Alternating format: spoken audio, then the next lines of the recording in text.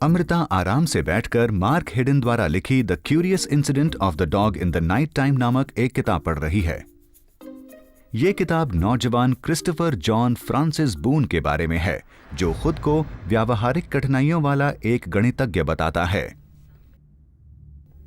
इस किताब में वह एक असामान्य अपराध की गुत्थी सुलझाने की कोशिश करता है और उसकी प्रगति इस उपन्यास में दर्ज करता है।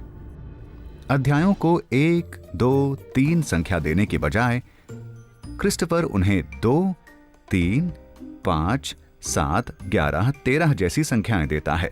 क्या आप इसका स्वरूप देख रहे हैं? जी हाँ, ये अभाज्य संख्याएं हैं। क्रिस्टोफर का अभाज्य संख्याओं से मोह उनकी लिखी एक लाजवाब पंक्ति में साफ देखा जा सकता है, जहां वह कहते हैं, अभाज्य संख्या वो है जो सारे स्वरूप या समानता ले जाने के बाद बच जाता है। अभाज्य संख्या जीवन की तरह है।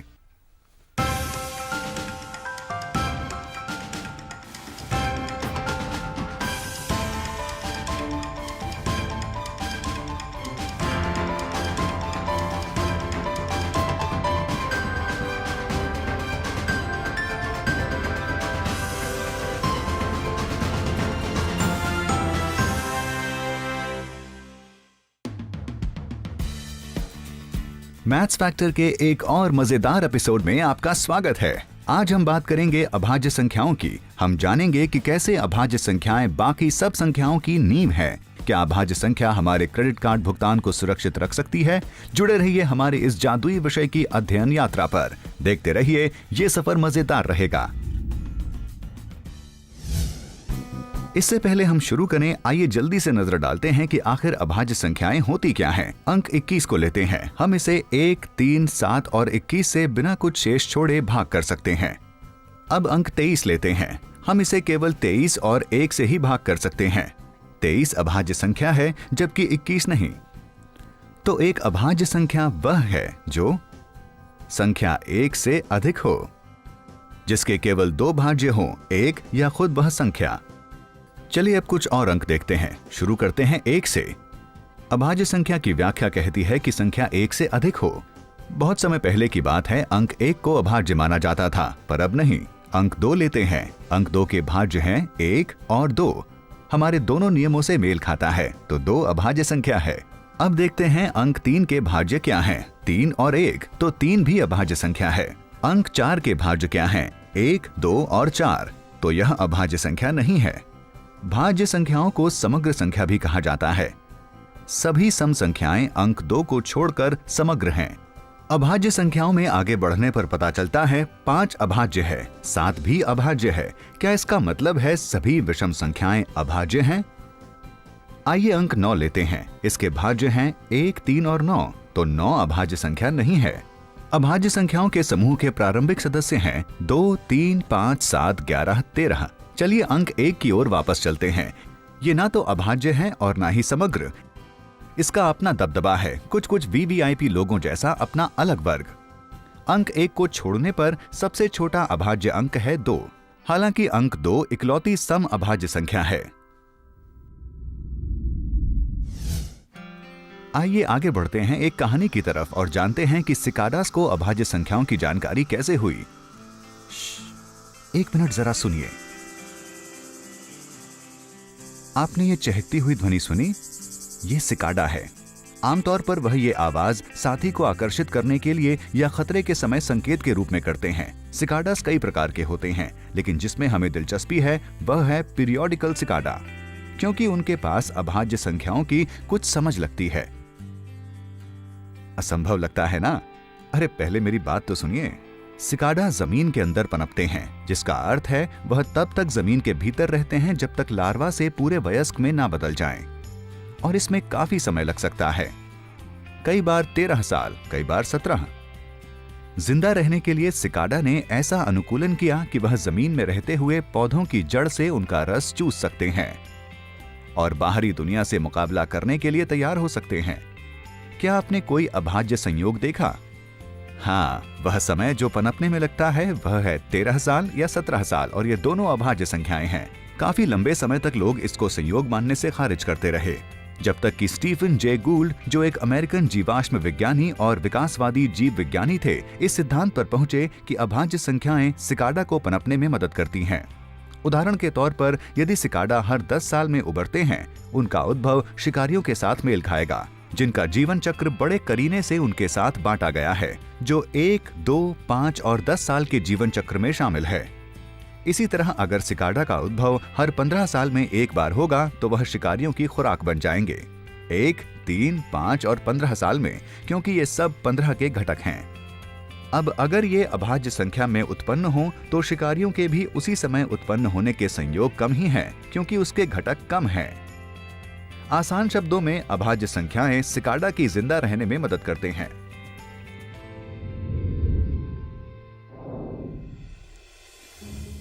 अभाज्य संख्याएं सदियों मानव जाति के आकर्षण का केंद्र रही हैं।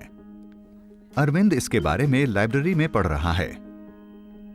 वह एरिटोस्थनीज के बारे में पढ़ता है, जो हेड लाइब्रेरियन था अलेक्जेंड्रिया, मिस्र की लाइब्रेरी में, लगभग 2500 वर्ष पूर्व।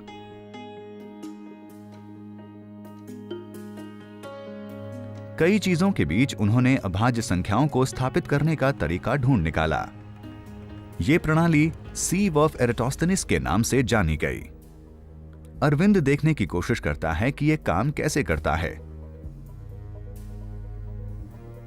वह 1 से 100 तक संख्याओं की सूची बनाता है। वह पहले 1 को काटता है। 2 एक अभाज्य संख्या है, इसलिए वह उसे छोड़ देता है, लेकिन 2 के सभी गुणक काट देता है। इससे 4, 6, 8 और 10 के भी सभी गुणक कट जाते हैं।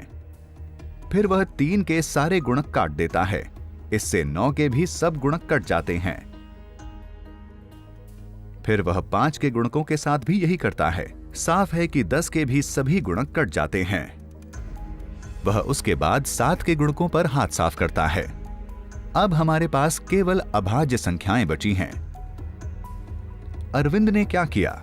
उसने सभी संख्याओं के गुणक काट दिए, जब तक वह सबसे बड़ी संख्या के वर्गमूल तक नहीं पहुंच गया।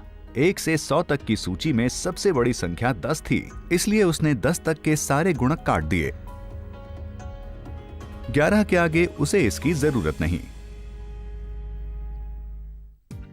आइए अब एक ब्रेक लेते हैं, पर हम जल्दी ही वापस आएंगे अभाज्य संख्या के असीमित स्वरूपों के साथ, और ये भी जानेंगे कि अभाज्य संख्याएं कैसे गणित की नींव हैं, और मिलेंगे ऐसे गणितज्ञों से जो इन जादुई संख्याओं से हमेशा आकर्षित रहे, सिर्फ मैथ्स फैक्टर पर।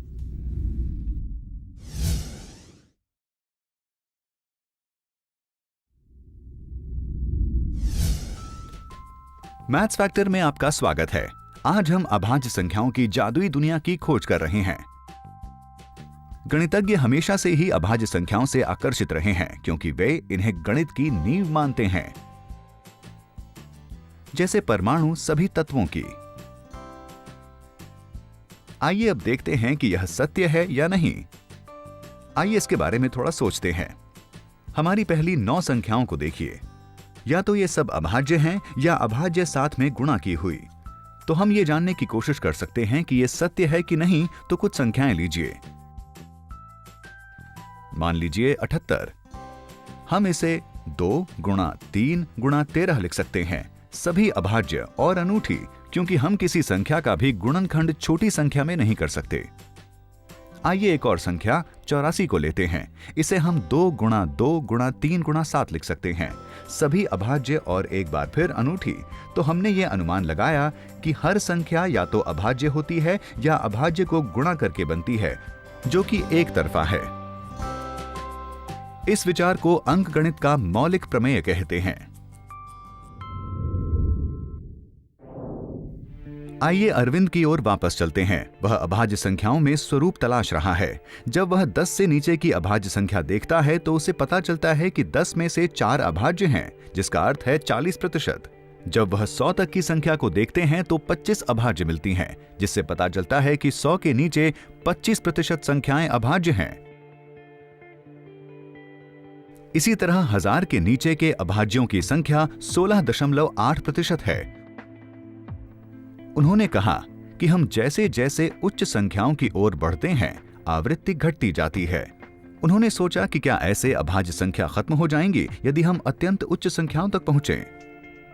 इसका जवाब है, उसके लिए हमें मशहूर यूनानी गणितज्ञ यूक्लिड से मिलना पड़ेगा, जिनका जन्म 300 ईसा पूर्व में हुआ। यूक्लिड ने जो कयास लगाया वह यह था कि आप चाहे कोई भी संख्या लें, उससे भी बड़ी अभाज्य संख्या मौजूद होती है।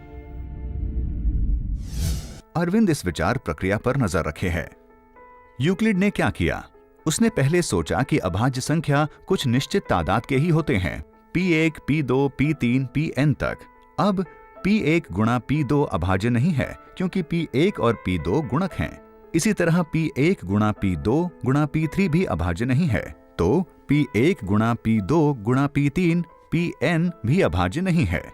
तब अरविंद एक नई अभाज्य संख्या बनाता है जो कि P बराबर P1 गुणा P2 Pn तक जमा 1।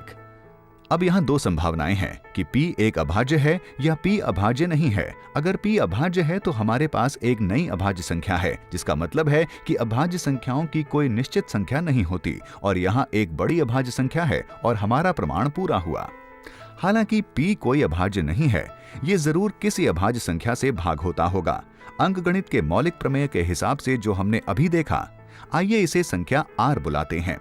अब R न तो P1, P2, P3 हो सकता है और न ही कोई और अभाज्य संख्या जो हमारी मूल सूची में है, क्योंकि अगर आप P को इन संख्याओं P1, P2, P3 से भाग करते हैं तो शेष 1 बचेगा, जिसका मतलब है कि P इनमें से किसी भी अभाज्य संख्याओं से भाग नहीं होता, तो R एक नया अभाज्य है। आप इसे कैसे भी देखें, या तो आपने एक नई अभाज्य संख्या P ढूंढ ली है, या अगर P एक अभाज्य संख्या नहीं है तो R एक नई अभाज्य संख्या है। तो अरविंद ने जो सोचा यूक्लिड की तरह कि हमेशा कोई न कोई बड़ी अभाज्य संख्या होती ही है।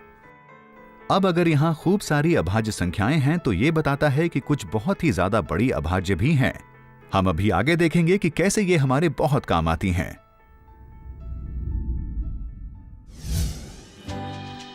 बड़ी अभाज्य संख्याओं की लगातार खोज चलती रहती है। सबसे बड़ी अभाज्य संख्या कर्टिस कॉपर द्वारा 2013 कनाडा में खोजी गई।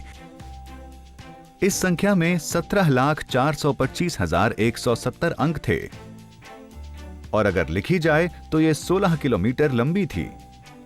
अगर हम मान लें कि 3 अंकों की संख्या को लिखने में 1 सेकंड लगता है तो इस संख्या को सिर्फ लिखने भर में 67 दिन लग जाएंगे, बल्कि सुपर कंप्यूटर को भी 39 दिन लगे ये साबित करने में कि ये अभाज्य संख्या है।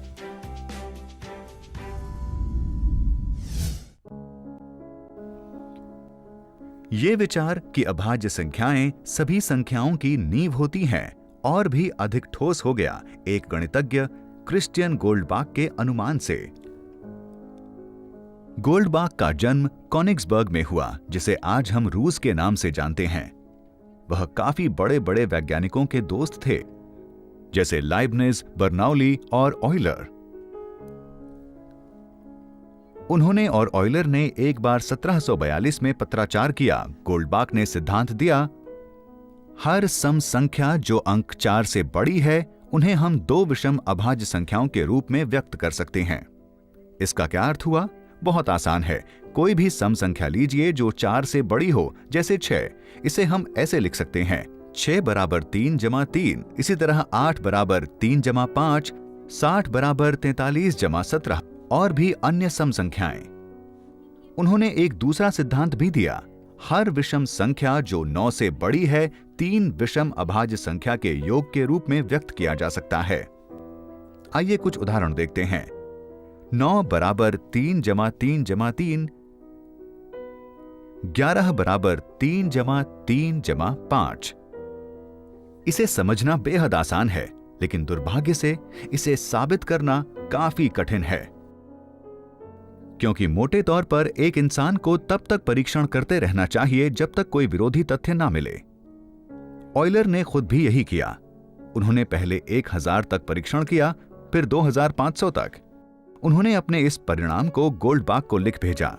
गोल्डबाक इस बात से काफी संतुष्ट लग रहे थे और उन्होंने ये परीक्षण ऑयलर और दूसरों के जिम्मे छोड़ दिया। बल्कि ये आसान सी समस्या इस सब के बाद भी गणित की जादुई चुनौतियों वाली सूची में थी, यानी अब भी इस पर काम बाकी था। इस विषय पर काफी प्रयास हुए, लेकिन कोई निश्चित सबूत नहीं मिल पाया।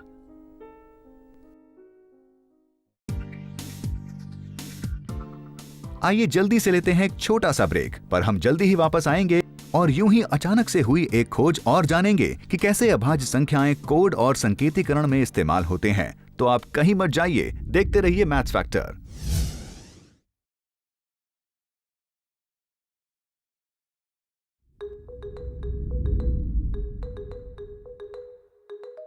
स्वागत है आपका मैथ्स फैक्टर पर। हम काम कर रहे हैं स्वरूपों पर। सालों से गणितज्ञ अभाज्य संख्याओं के स्वरूपों से काफी प्रभावित और आकर्षित रहे हैं। बल्कि एक ऑयलर ऑयलर ने एक जगह कहा भी है, गणितज्ञों ने अभाज्य संख्याओं के अनुक्रम में स्वरूप ढूंढने के व्यर्थ ही प्रयास किए हैं और हमारे पास ये मानने के लिए कारण भी है कि यह एक ऐसा रहस्य है जिसे दिमाग कभी नहीं सुलझा पाएगा।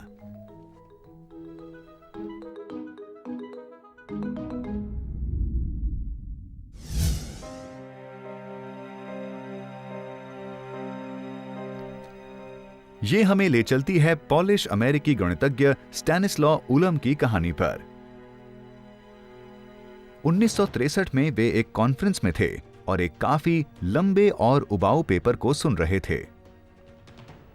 हम में से काफी लोगों की तरह उन्होंने बिना मतलब कागज पर कुछ लिखना शुरू किया, पर बजाय टेढ़े मेढ़े चेहरे बनाने के उन्होंने अभाज्य संख्याओं के स्वरूपों पर काम करना शुरू किया।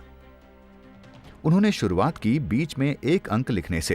इसके तुरंत बाद उन्होंने अंक 2 दाईं ओर लिखा और 3 उसके ऊपर और एक कुंडली या स्पाइरल के आकार में उन्होंने बाकी अंक 1 के आसपास लिखे। उसके बाद उन्होंने सभी अभाज्य संख्याओं के ऊपर एक गोल बनाया और एक अनपेक्षित स्वरूप सामने आया। उन्हें बड़ा आश्चर्य हुआ कि गोला लगाए हुए अंक एक तिरछी कतार में आ गए हैं, या उलाम के शब्दों में कहें तो एक जोरदार गैर यादृच्छिक उपस्थिति का प्रदर्शन करने लगे।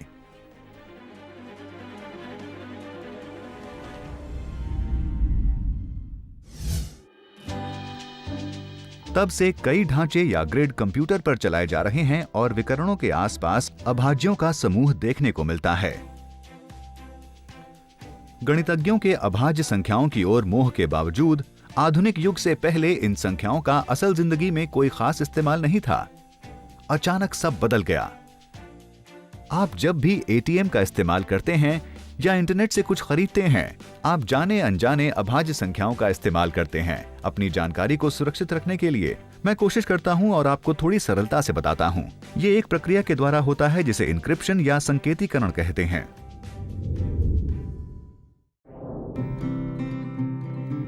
पहले देखते हैं कि कोड्स कैसे काम करते हैं। आयुष्मान और माहिरा अपनी मां की निगरानी में पढ़ रहे हैं। आयुष्मान माहिरा को बताना चाहता है कि जो लड्डू नानी ने भेजे हैं वे कहां हैं और मां उन्हें पकड़ भी ना पाए। तो वह नानीज लड्डूज बिहाइंड फ्रिज यह वाक्य लिखता है कोड में। बहुत ही सरलता से उसने हर एक अक्षर को एक मूल्य दे दिया है, जैसे a बराबर 1, b बराबर 2 और इसी तरह। तो अब ये वाक्य संकेतों में कुछ ऐसा दिखेगा। ये बहुत ही आसान सा संकेतीकरण या एन्क्रिप्शन है।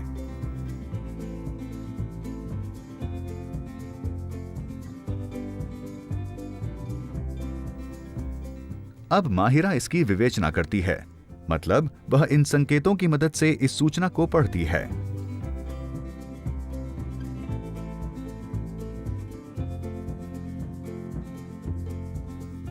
और इस तरह से ये लोग अपनी चौकस मां से बचते हुए पढ़ाई से एक लड्डू ब्रेक लेने में कामयाब हो जाते हैं।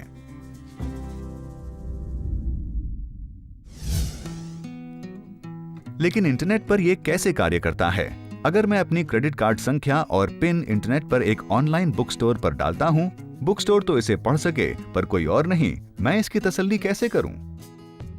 ये दुविधा 1978 में रिवेस्ट, शमीर और एडलमैन ने सुलझाई। उनकी पद्धति को RSA कहा जाता था, जो कि अभाज्य संख्याओं के कुछ अद्भुत गुणों पर निर्भर थी।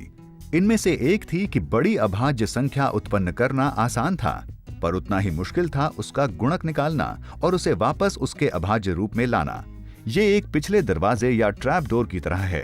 वह आपको एक ओर तो आसानी से जाने देता है पर दूसरी ओर नहीं, कुछ चक्रव्यूह की तरह जो महाभारत में अभिमन्यु के पतन का कारण बना।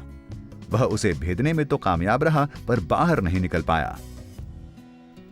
वैसे भी गणित में ऐसे एक तरफा कार्य करने वाले सूत्र सार्वजनिक कुंजी के तल पर होते हैं। आइए मैं आपको इसे और सरल करके बताता हूं।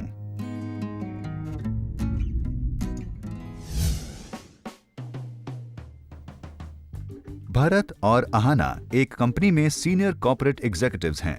भरत चाहता है कि वह अहाना को कोई गोपनीय सूचना भेजने में सक्षम हो पाए।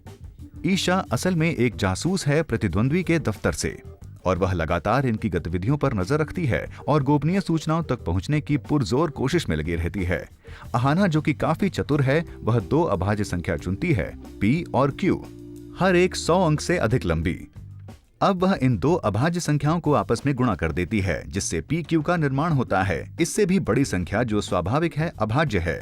ये अहाना का सार्वजनिक कोड है, जो सभी के लिए खुला है, जिसे कोई भी देख सकता है और उस तक पहुंच सकता है। अब भरत का पिन नंबर N है। वह PQ से इसे गुणा करता है और अहाना को भेजता है। वह P और Q जानती है, तो इसलिए वह यह संदेश पढ़ सकती है और उसका लेन देन कर सकती है। अगर ईशा संदेश को खोलने की कोशिश भी करे, तब भी वह इसे पढ़ नहीं पाएगी, क्योंकि PQ को P और Q में तोड़ दिया जाएगा और N तक पहुंचना वास्तव में बहुत मुश्किल हो जाएगा। भरत और अहाना को एक तरफ रखते हैं। इसका हमारी जिंदगी में क्या महत्व है? जब हम कोई निजी सूचना या संदेश भेजते हैं, तो वह एक कोड में बदलकर अपनी यात्रा पूरी करता है। इसका मतलब है कि संदेश NPQ के रूप में सफर करता है। सिर्फ कोई चुना हुआ ग्रहीता, जिसके पास P और Q की कीज होंगी, वही इस खुफिया संदेश को पढ़ सकता है। और उम्मीद है कि कोई जासूस मेरे संदेश तक अपने हाथ नहीं पहुंचा पाएगा। आज के एपिसोड में बस इतना ही। हमने आज अभाज्य संख्याओं के जादू की खोज की। किसने सोचा था कि एक संख्या जिसे भाग करना कठिन है, हमारे जीवन में इतना महत्व रखती है? और अभी तो हमने केवल दूध की मलाई भर हटाई है। अभी तो अभाज्य संख्या में काफी कुछ है। देखते रहिए मैथ्स फैक्टर और गणित के मजेदार, रोमांचक और जबरदस्त रूप से रूबरू होते रहिए।